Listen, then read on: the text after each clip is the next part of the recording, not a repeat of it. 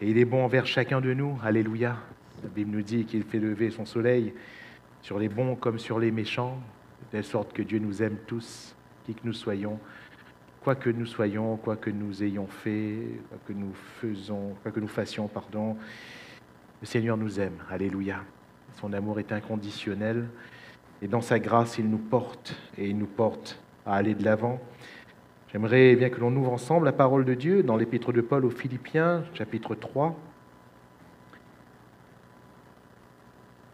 à partir du verset 12, Philippiens 3, 12 et 13.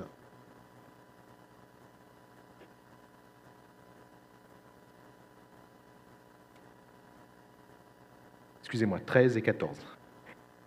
Voilà, Philippiens 3, 13 et 14.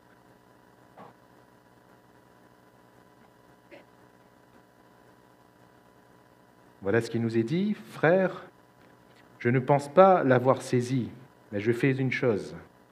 Oubliant ce qui est en arrière et me portant vers ce qui est en avant, je cours vers le but pour remporter le prix de la vocation céleste de Dieu en Jésus-Christ. Amen. » Gloire à Dieu. Paul va très souvent assimiler la vie chrétienne à du sport. Et le plus souvent, c'est à la course. Et il va dire ici qu'il court vers le but afin de remporter le prix. Nous sommes en plein dedans, c'est de l'athlétisme ici. Et on voit tous ces athlètes qui se mettent en mouvement. Mais en effet, il n'y en a qu'un seul ou qu'une seule qui remporte l'or, qui remporte le prix. Qu'un seul est couronné champion olympique. Et Paul va nous demander de courir, mais deux manières à remporter ce prix. Pas courir pour courir, pas courir pour le geste. On a cet adage qui nous dit, qu'on utilise souvent, l'important c'est de participer. Mais dans la vie chrétienne, il ne s'agit pas de participer, il s'agit de gagner. Il s'agit d'y arriver, il s'agit de toucher cette ligne d'arrivée et de recevoir le prix. Paul lui-même va dire à la fin de sa vie, « J'ai combattu le bon combat, j'ai achevé la course. » J'ai achevé la course. Et dans ce texte, nous voyons bien qu'il dit qu'il n'a pas encore remporté. Mais à la fin de son pèlerinage, alors qu'il sait qu'il va partir, il va dire, cette fois c'est bon. J'ai achevé la course. Désormais, la couronne de justice m'est réservée. Et c'est le Seigneur, le juste juge, qui me la remettra. Alléluia. Nous devons remporter le prix, frères, sœurs. C'est le but. Et pour remporter le prix, cette course, il nous faut la courir, mais pas de n'importe quelle manière. Paul va dire que l'athlète n'est pas couronné s'il n'a pas combattu selon les règles, s'il n'a pas fait selon les règles. Effectivement, même dans les courses, tout le monde peut être en train de courir, mais certains peuvent être disqualifiés. On a vu, dans l'histoire de la discipline, plusieurs de ceux qui pensaient être arrivés premiers ont ensuite été disqualifiés parce qu'ils n'ont pas couru suivant les règles. Parce qu'ils n'ont pas couru en faisant un bon départ, ils ont fait un faux départ. Parce que pas grand-chose, leurs doigts ont mordu la ligne. Pas grand-chose. Ou ils ont décollé avant le coup de feu de départ. Pas grand-chose. Ou bien en courant, ils ont mis le pied dans le couloir de l'autre. Pas grand-chose. Mais à cause de simples points comme cela, ils n'ont pas pu remporter le prix. Pas grand-chose.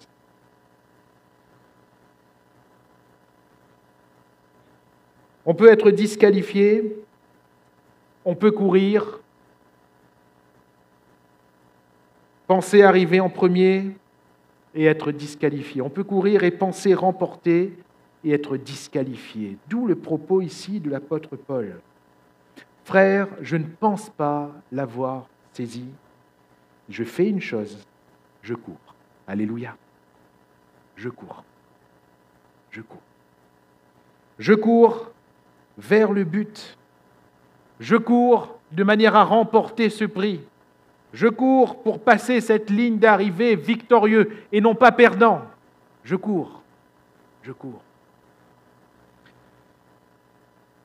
Et l'exhortation que j'aimerais laisser sur notre cœur à tous, mes frères et mes sœurs, courons. Courons. Gardons le cap. Ne perdons pas de vue le but du Seigneur. Courons. Courons non pas de n'importe quelle manière, mais de manière à remporter le prix. De telle sorte qu'en son temps, le Seigneur, le juste juge, nous le remettra de ses propres mains. Alléluia. Concernant sa course et ici son propos, l'apôtre Paul va mettre en avant quelques facteurs dont nous ferions bien de faire attention.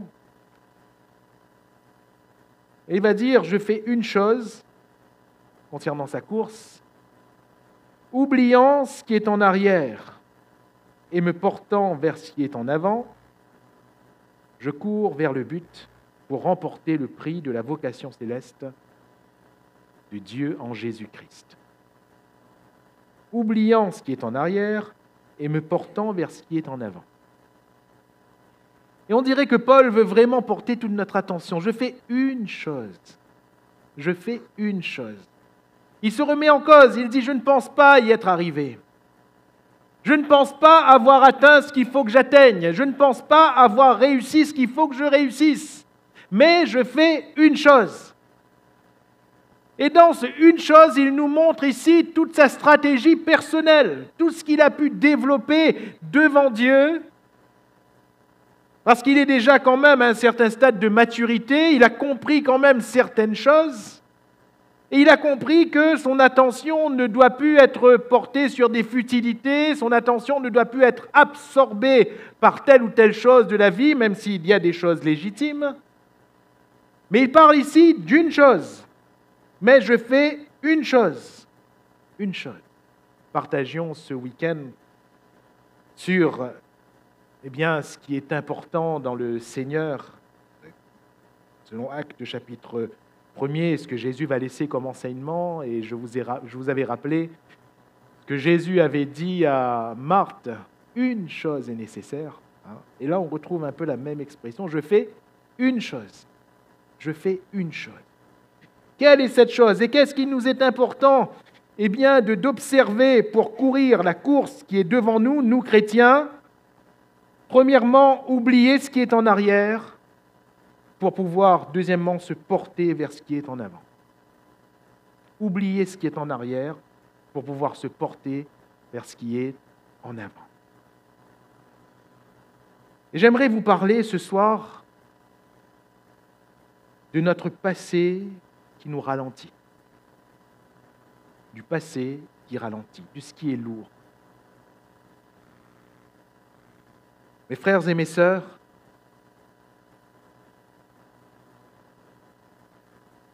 nous sommes, vous et moi, des êtres humains, certes différents, mais constitués de la même manière, créés par le Seigneur lui-même. Et nous sommes tous pareils. Premièrement, nous ne savons pas ce qui est devant, pas vrai? Nous ne savons pas ce qui est devant. Et deuxièmement, nous savons trop ce qui est derrière. Oui ou non? Nous savons trop. Nous ne savons pas du tout ce qui est devant, mais nous savons trop ce qui est derrière. De telle sorte que ce qui est derrière va conditionner beaucoup de choses. Beaucoup de choses. Je me souviens de cette dame que j'avais rencontrée un jour qui me disait qu'elle ne pouvait absolument plus utiliser des marches d'escalier. Je lui ai demandé pourquoi. Elle a dit tout simplement qu'elle était tombée une fois dans des escaliers. Elle ne pouvait absolument plus. Il y avait un tel traumatisme, elle ne pouvait absolument plus utiliser des marches d'escalier, ni pour monter, ni pour descendre. Elle ne pouvait plus. Un tel traumatisme. Et c'est le fonctionnement de l'homme, quelque part. Ce que nous avons connu hier nous conditionne souvent pour aujourd'hui. Mais Paul dit pourtant, oubliant ce qui est en arrière et me portant vers ce qui est en avant. Oubliant ce qui est en arrière et me portant vers ce qui est en avant. Pourquoi oublier ce qui est en arrière? Première chose, pourquoi oublier ce qui est en arrière? Et quand Paul dit oublier ce qui est en arrière, il ne définit pas les choses, il ne détaille pas les choses, il parle de tout ce qui est en arrière. Oubliant ce qui est en arrière. Eh bien, mes frères et mes sœurs, chers amis, parce que ce qu'on a échoué, je viens de prendre l'exemple de cette dame, là où on a échoué, peut nous constituer eh bien, certains blocages, certaines difficultés à avancer. En effet, ces marches d'escalier deviendront difficiles si elles ont déjà été cause d'échec. En effet, une maladie qui était là et qui revient va être difficile si elle a déjà été cause de tourment. Même une personne qui nous a fait du mal, si on la voit à nouveau sur notre route, ça va être difficile parce qu'il y a une connotation qui devient presque dénotation concernant cette personne. Elle va encore nous faire du mal. Oui, Seigneur, j'ai pardonné. Oui, Seigneur, oh, j'ai oublié cela, mais quand même, cette personne peut encore me faire du mal.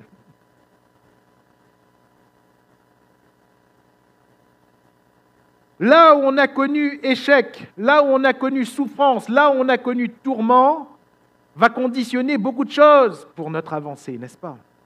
Beaucoup de choses. Il y a certains chemins que l'on ne prendra plus. Il y a certains mots que l'on ne prononcera plus. Il y a certaines choses qu'on n'entreprendra plus. Pourquoi? Parce qu'il y a eu échec. Parce qu'il y a eu souffrance. Parce qu'il y a eu tourment.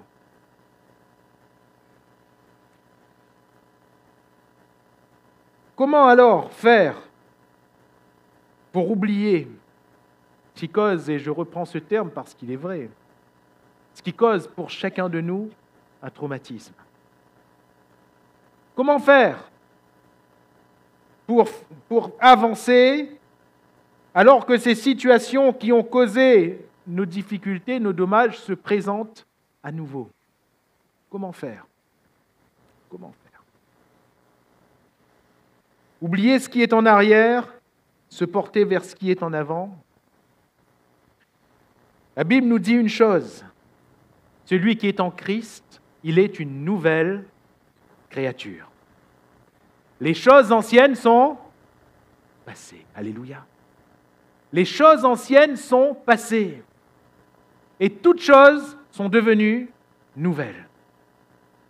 Le Seigneur est celui qui peut faire toutes choses nouvelles.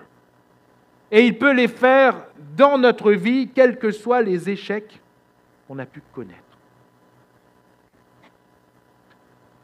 Regardons à ces différents personnages bibliques. Si ces personnes s'étaient arrêtées à leur échec.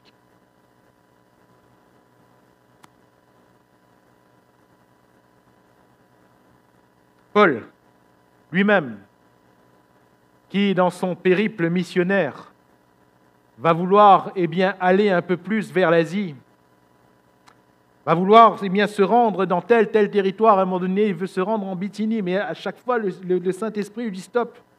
Saint-Esprit lui dit stop. Et quand il dit que le Saint-Esprit lui dit stop, c'est après coup. Sur le coup, je ne sais pas s'il se disait c'est le Saint-Esprit ou si c'était le diable. Quand on veut faire l'œuvre de Dieu et qu'on veut avancer et qu'on voit qu'on est bloqué, souvent on se dit « Ah, ça c'est l'ennemi, ça c'est le diable ». Mais après avoir vécu la chose jusqu'au bout, il a compris c'était le Seigneur. Lui qui connaît un échec, qui connaît un autre échec et qui connaît un autre échec, qu'est-ce qu'il fait? Il continue sa course. Il ne dit pas on arrête la mission. Il ne dit pas on rentre. Non, il continue sa course. Et finalement, le Seigneur lui donne raison. Il essaie d'avancer là, ça se ferme. Il essaie d'avancer là, ça se ferme. Il essaie d'avancer là, ça se ferme. Et finalement, le Seigneur lui donne raison. Dans un songe, un Macédonien lui dit « Passe en Macédoine et secours-nous ». Et là s'ouvre la porte du Seigneur, et là c'est une réussite. Alléluia. Après des échecs. Pourquoi ? Parce que Dieu ne s'arrête pas à nos échecs.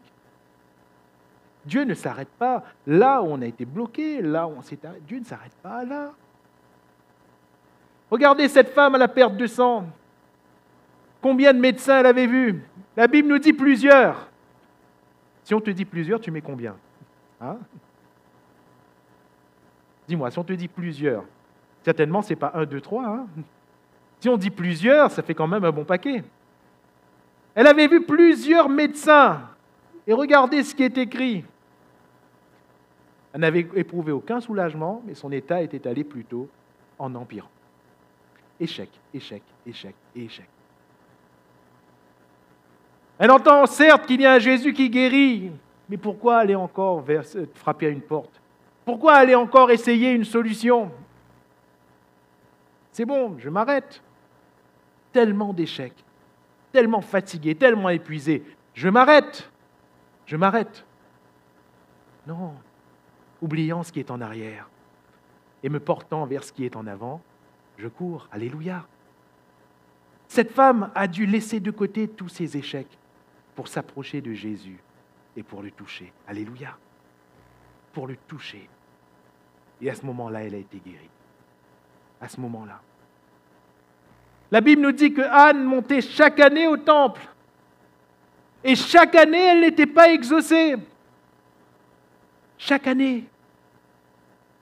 Et pourquoi cette fameuse année, elle est encore montée ? Anne, tu ne vois pas que Dieu ne t'exauce pas ? Pourquoi montes-tu encore ? Oubliant ce qui est en arrière et me portant vers ce qui est en avant. Alléluia. Elle monte parce qu'il y a toujours un espoir dans le Seigneur. Quand bien même il y a eu 99 échecs, il y a peut-être un espoir encore dans le Seigneur. Et cette année-là, elle est exaucée. Alléluia. Zacharie ne s'attendrait plus à grand-chose avec Élisabeth, sa femme. Ne s'attendait plus à grand-chose. Combien de fois il a dû prier ? Combien de fois il a dû demander ? Combien de fois lui et sa femme ont dû demander à Dieu, ont dû frapper à la porte du ciel ? Ils étaient maintenant très âgés. De telle sorte que cette fois-là, quand l'ange lui dit « Le Seigneur a entendu ta prière. Le Seigneur a entendu ta prière. » Il est lui-même étonné. Il est lui-même étonné. Pourquoi ? Parce qu'il y a toujours un espoir dans le Seigneur. Oubliant ce qui est en arrière et me portant vers ce qui est en avant. On aura toujours raison de prier encore. Alléluia. De nous porter vers ce qui est devant. Parce qu'il n'y a jamais d'échec réel dans le Seigneur. Rien n'est échec avec le Seigneur. Tout n'est que chemin. Voyez, on chemine, on marche. Oui, on se prend, et on va venir dans un instant, on se prend des coups, oui. On se prend des refus, on se prend des non, on se prend toutes sortes de difficultés, toutes sortes de souffrances. Oui, mais il y a quand même un espoir dans le Seigneur. Oubliant ce qui est en arrière et me portant vers ce qui est en avant.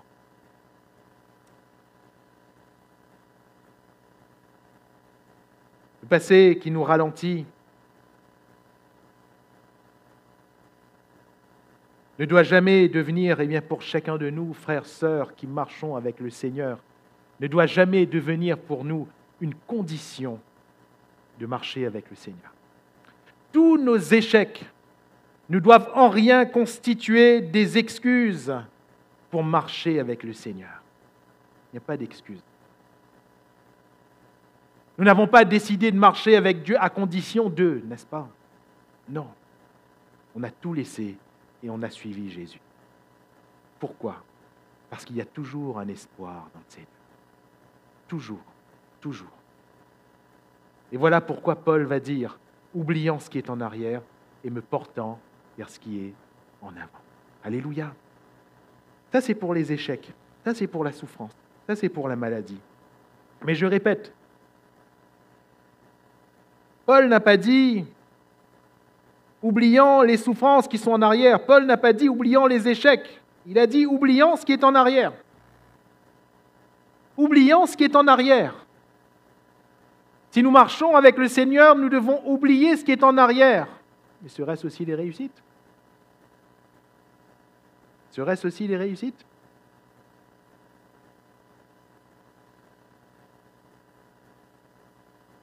Frères, sœurs, chaque réussite vient du Seigneur. Alléluia. Chacune de nos réussites. Seulement, si nous reconnaissons que toute réussite, c'est la grâce de Dieu, la Bible nous invite à ne pas recevoir la grâce de Dieu en vain.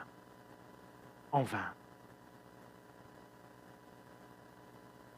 Et prendre ces réussites comme des diplômes, c'est une vanité. C'est une vanité. Prendre ce que Dieu nous a donné comme une fierté personnelle, presque en se disant « c'est nous qui avons gagné ça », c'est une vanité. C'est une vanité. La grâce est une grâce, certes, mais il y a d'autres grâces devant. Alléluia. Il y a d'autres grâces. Nous devons nous porter vers l'avant, parce qu'il y a d'autres grâces. Il y a d'autres réussites. Alléluia. Il y en a d'autres. Il y en a d'autres. Il y a d'autres choses à vivre avec le Seigneur. David a battu Goliath. Gloire à Dieu. Quel moment vous avez entendu David dire « il m'a battu Goliath, moi » Hein? Vous vous rendez compte, à chaque fois, il sortait ça? À chaque fois? Oui, il a battu Goliath. Oui, ce n'était qu'un jeune enfant. Il a battu ce géant de 3 mètres. Oui. Mais après? À quel moment sur le champ de bataille, même pour faire frémir ses ennemis, il a dit « j'ai battu Goliath » ? Non. À quel moment, comme pour faire valoir son CV, il a dit « j'ai battu Goliath » ? À quel moment, comme pour peut-être monter plus vite sur le trône, il a dit « moi, j'ai battu Goliath » ? Pour David, c'était une victoire. Pour Israël, pour les autres, c'était quelque chose, c'était un grand exploit, c'était quelque chose de grandiose peut-être. Mais pour lui, c'était une victoire parmi toutes les victoires. Et toutes les victoires, pour lui, venaient de Dieu. Alléluia. Regardez ses propres propos. Il va dire à Saül, comme ton serviteur a pu battre l'ours, a pu battre le lion, il battra aussi cet incirconcis. Alléluia. Et il ramène la victoire contre Goliath au même rang que les autres. L'Éternel qui m'a donné la victoire sur le lion, l'Éternel qui m'a donné la victoire sur l'ours, va aussi me donner la victoire sur le Goliath. Pas de problème. Et sur les autres après. Parce que ce n'était pas fini. De telle sorte que qu'est-ce qu'il va faire quand il va gagner la victoire? Les armes de Goliath, l'épée de Goliath, il va les amener au temple. Alléluia. Parce que ce n'était pas sa victoire. C'était la victoire du Seigneur. C'était très significatif. Vous savez, à l'époque, quand quelqu'un remportait la victoire dans un combat, j'allais dire entre guillemets officiel, dans un combat entre deux armées, c'est exactement cette configuration. Quand il y avait un défi qui était lancé et qu'il y avait un combat entre deux, presque un corps à corps, celui qui gagnait, il prenait les dépouilles de l'autre. C'est-à-dire qu'il prenait les armes, le casque ou les récompenses que l'autre pouvait afficher. Il prenait pour que l'on sache que c'est moi qui l'ai battu. Il prenait, c'était un trophée. Pour que ses propres enfants, pour que le royaume sache que c'était lui qui avait battu cet ennemi, ce héros. C'était lui. C'était la pratique. Mais David, lui, il prend l'épée et il le met au temple. Ce n'était pas pour lui. Alléluia. Il laisse au temple parce que la victoire était celle de l'Éternel. Et à chaque fois, pour lui, la victoire était celle de l'Éternel. Il va vaincre des troupes entières de Philistins. Il va vaincre ici et là. Il va gagner de grandes victoires. David va être un grand conquérant à son époque parce que les victoires étaient celles du Seigneur. Voilà pourquoi il ne restait pas sur une réussite, mais il se portait toujours vers l'avant. Alléluia. La seule fois où il se reposait, la seule fois où il ne s'est plus porté vers l'avant, il y a eu Bathsheba. Il y a eu le péché. La seule fois. Oubliant ce qui est en arrière et me portant vers ce qui est en avant. Jésus lui-même va illustrer ce propos de Paul. Vous allez me dire à quel moment Jésus a échoué. Il n'a pas échoué. Mais ce qu'il a connu, nous, à sa place, on aurait pu l'appeler échec.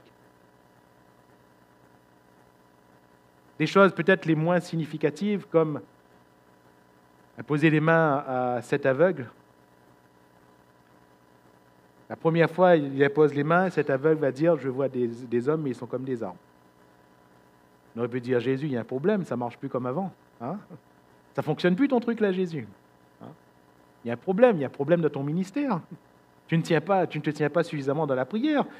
Ils voient comme des arbres, il y a un problème. » Mais non. Oubliant ce qui est en arrière, me portant vers ce qui est en avant. Jésus impose les mains à nouveau, et cette fois l'homme voit. Donnez-moi une explication théologique à ça. Hein? Il y en a beaucoup qui ont essayé, hein? Mais il n'y en a pas. C'était comme ça, c'est tout. La première fois, l'homme n'était pas entièrement guéri, pourtant c'était le maître, c'était Jésus. La deuxième fois, il était entièrement guéri. Alléluia. Oubliant ce qui est en arrière, me portant vers ce qui est en avant. Jusqu'à peut-être la chose la plus significative. Jésus est arrêté, lui le Fils de Dieu, il est arrêté dans ce jardin de Gethsémani. Lui le Fils de Dieu, il est jugé, il est condamné injustement, il est frappé, injurié, on le crache au visage, et on le frappe, et on le frappe, et on le frappe encore, et le sang coule encore. Et il porte sa croix, la mort la plus indigne. Il est crucifié, il meurt. Échec. Échec? Mais non. C'est la plus grande victoire. Alléluia. La croix est la plus grande victoire. La plus grande victoire de Jésus et la plus grande victoire pour nous. La plus grande victoire avait des allures d'échec. Mes frères et mes sœurs, il n'y a que ceux qui ont fait un bout de chemin avec le Seigneur qui comprendront ce que je vais dire. Nos plus grandes victoires ont eu des allures de grands échecs, n'est-ce pas? Nos plus grandes victoires ont eu des allures d'échecs, cuisants. Et pourtant, c'était des victoires. Pour l'un, ça a été un échec, oui, mais le plus grand enseignement pour sa vie. Pour un autre, ça a été un échec qui cachait un miracle, synonyme de plus grande victoire. Pour d'autres encore, oui, ça a été un échec. Et dans cet échec, peut-être qu'une relation s'est brisée. Mais ça a été au contraire, synonyme de la main de Dieu, parce qu'une plus belle relation a pris naissance derrière. Tout vient de Dieu. Tout vient de Dieu. Alléluia. Oubliant ce qui est en arrière et me portant vers ce qui est en avant. Alors, pourquoi oublier ce passé? Et quand je dis oublier, c'est-à-dire, c'est pas devenir amnésique, hein, personne ne devient amnésique. S'il faut s'en rappeler, on s'en rappelle tous. Mais oublier dans le sens où ça ne nous freinera plus. Oublier dans le sens où ça ne nous causera plus de dommages, d'une manière ou d'une autre. Pourquoi? Pourquoi? Paul le dit ici, à cause du but. Le but, le prix de la vocation céleste de Dieu en Jésus-Christ. Alléluia. Et là, je vous invite à relire tout le contexte de ce passage chez vous. Philippiens 3, en l'occurrence. Quand Paul dit « oubliant ce qui est en arrière », il parle de son propre passé à lui. Et il ne va pas mettre en avant ses souffrances. Il va mettre en avant justement sa gloire. Enfin, ce qui aurait dû être sa gloire. Il va dire, moi, pharisien, hébreu né d'hébreu, circoncis, moi, qui ai eu un des plus grands professeurs, la plus grande des reconnaissances et des distinctions, moi, je mérite. Mais il va dire, je regarde toutes ces choses comme une perte. Il va dire, je les regarde comme de la boue. Comme de la boue. Et là, le français, il est gentil. Je regarde toutes ces choses comme de la boue. Pourquoi?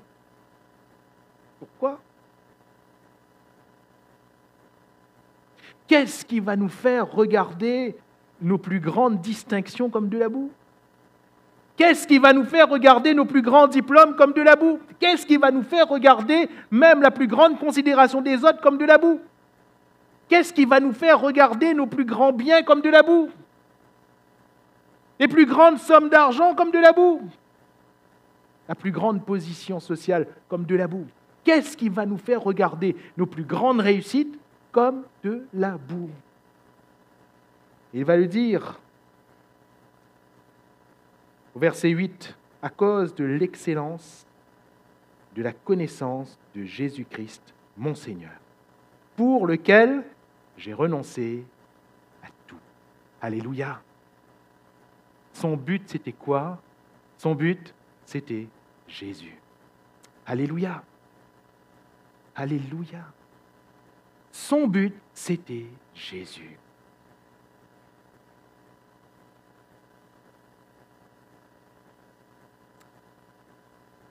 Voilà pourquoi il dit, je cours. Et au verset 12, j'ai failli me trahir dès le départ, mais au verset 12, il va dire, je cours pour tâcher de le saisir, puisque moi aussi, j'ai été saisi par Jésus-Christ. Je cours pour tâcher de le saisir, parce que moi aussi, j'ai été saisi par lui. Quelle est l'essence d'une vie chrétienne? C'est la personne de Jésus. Alléluia. Quel est le but d'une vie chrétienne? C'est Jésus-Christ lui-même. C'est Jésus-Christ lui-même. L'excellence de la connaissance de Jésus-Christ. L'excellence de la connaissance de Jésus-Christ va nous pousser à courir pour le gagner, lui. Le gagner, lui.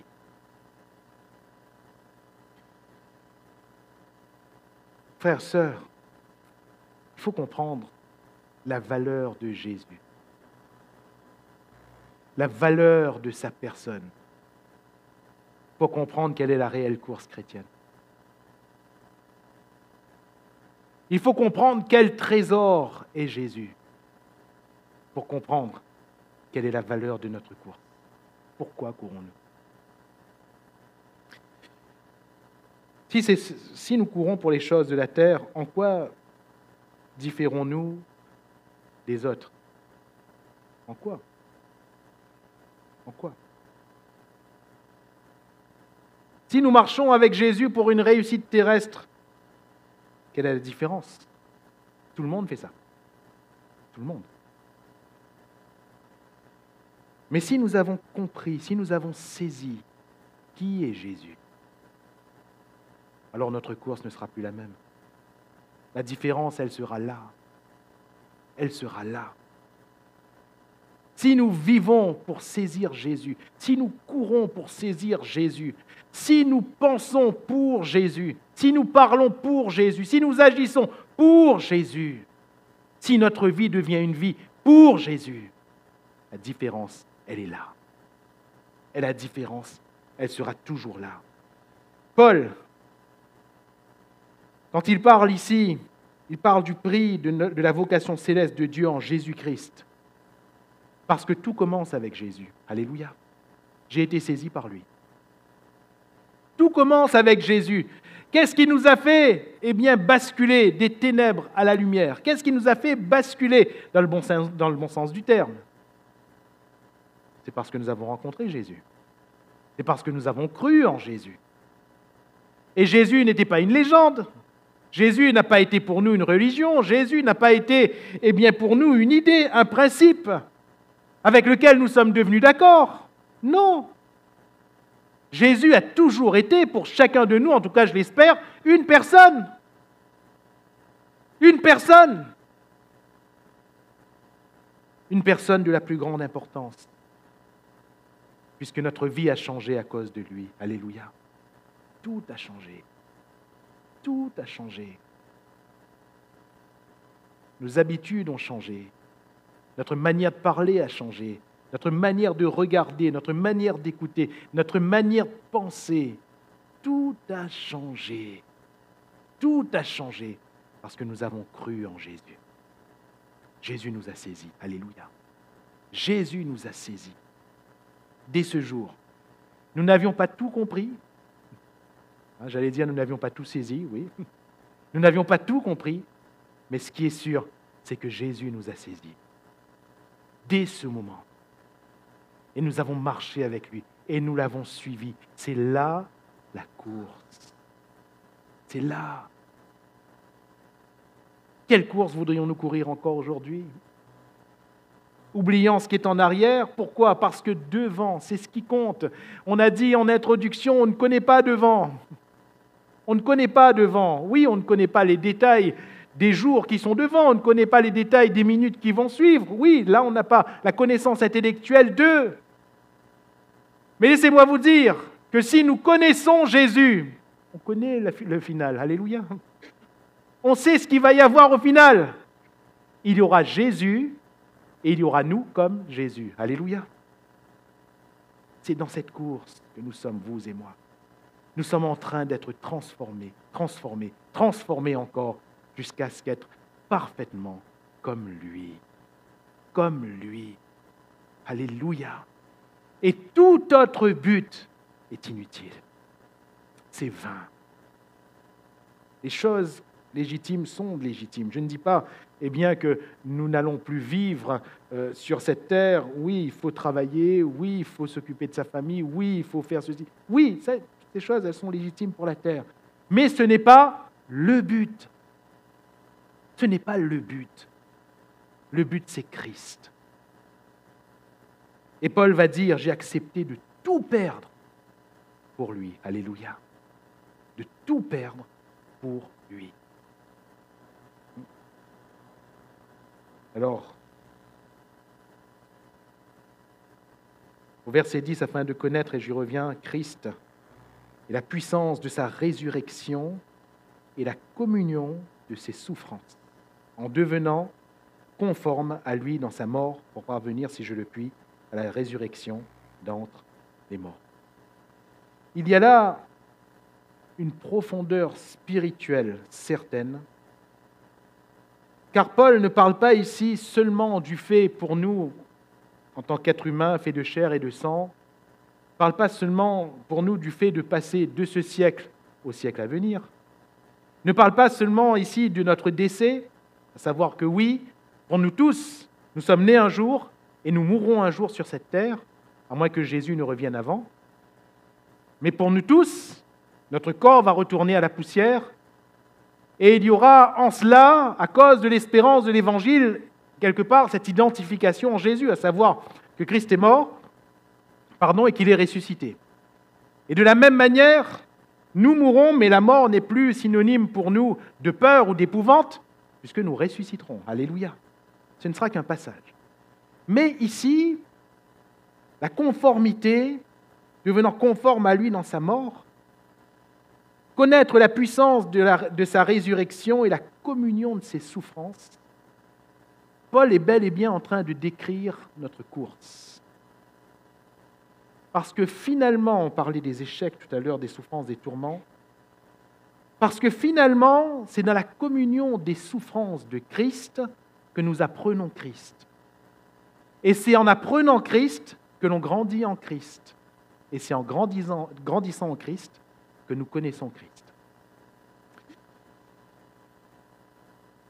Nous n'apprenons pas Christ en faisant les miracles que Christ a fait. Nous n'apprenons pas Christ en vivant le ministère que Christ a vécu. Son ministère est unique, ça lui appartient. Les miracles qu'il a accomplis, peut-être que nous ne les accomplirons jamais. Mais par contre, les souffrances, ça, nous les connaîtrons. Celui qui veut vivre pieusement en Jésus-Christ, il sera persécuté. C'est la Bible qui le dit, ce n'est pas moi. Celui qui veut vivre pieusement en Jésus-Christ, il sera persécuté. Il faut donc la souffrance. Et c'est au moyen de la souffrance qu'on apprend le Seigneur, qu'on apprend à dépendre de lui, qu'on apprend à attendre son secours au temps favorable, qu'on apprend à ne plus s'agiter, qu'on apprend à ne plus s'inquiéter, car le lendemain aura soin de lui-même. Chaque jour suffit sa peine, nous dit la Bible. Qu'on apprend que dans les petites choses, Dieu sait nous aider. Alléluia. Dieu sait nous secourir. Et dans les choses les plus grandes, les plus lourdes, Dieu sait être avec nous pour nous réconforter, pour tendre sa main puissante et nous retirer des choses périlleuses. C'est le Seigneur. Alléluia. Comment connaissons-nous tout cela? Dans les souffrances, dans le péril, dans l'adversité, lorsque tout devient trop difficile, trop dur, insurmontable. Peut-être que quelqu'un ce soir souffre. Peut-être que quelqu'un ce soir n'arrive plus à porter. Peut-être que quelqu'un arrive au bout de ses forces. Laisse-moi te dire, tu ne vas pas tarder à voir le Seigneur. Tu ne vas pas tarder à voir le Seigneur. Parce que tu es en train d'apprendre à le connaître. Tu es en train d'apprendre à l'invoquer. Tu es en train d'apprendre à le prier. Tu es en train d'apprendre à attendre en silence le secours de l'Éternel. Toutes ces choses, on les apprend dans la souffrance. Voilà pourquoi Jacques va dire de ne pas regarder, c'est Pierre qui va dire de ne pas regarder comme une chose étrange, le feu que nous pouvons connaître, d'avoir la souffrance. Jacques va dire au contraire de regarder comme une joie, comme un sujet de joie complète, les diverses épreuves auxquelles nous pourrions être exposés. Pourquoi? Parce que dans l'épreuve, on apprend. Dans la souffrance, on apprend. Si toutefois on veut apprendre, eh bien on apprend. Alléluia. Si toutefois on veut connaître, alors on connaîtra Jésus. Alors j'aimerais simplement conclure ce propos, et je le répète, un encouragement pour chacun de nous à courir et à toujours courir vers le but. Et le but, c'est Christ. La vie chrétienne commence avec Christ et se termine avec Christ. Et entre les deux, elle doit se poursuivre avec Christ. Toujours courir. Et le passé, même s'il est lourd, ne doit jamais nous ralentir, ne doit jamais constituer un motif d'arrêt.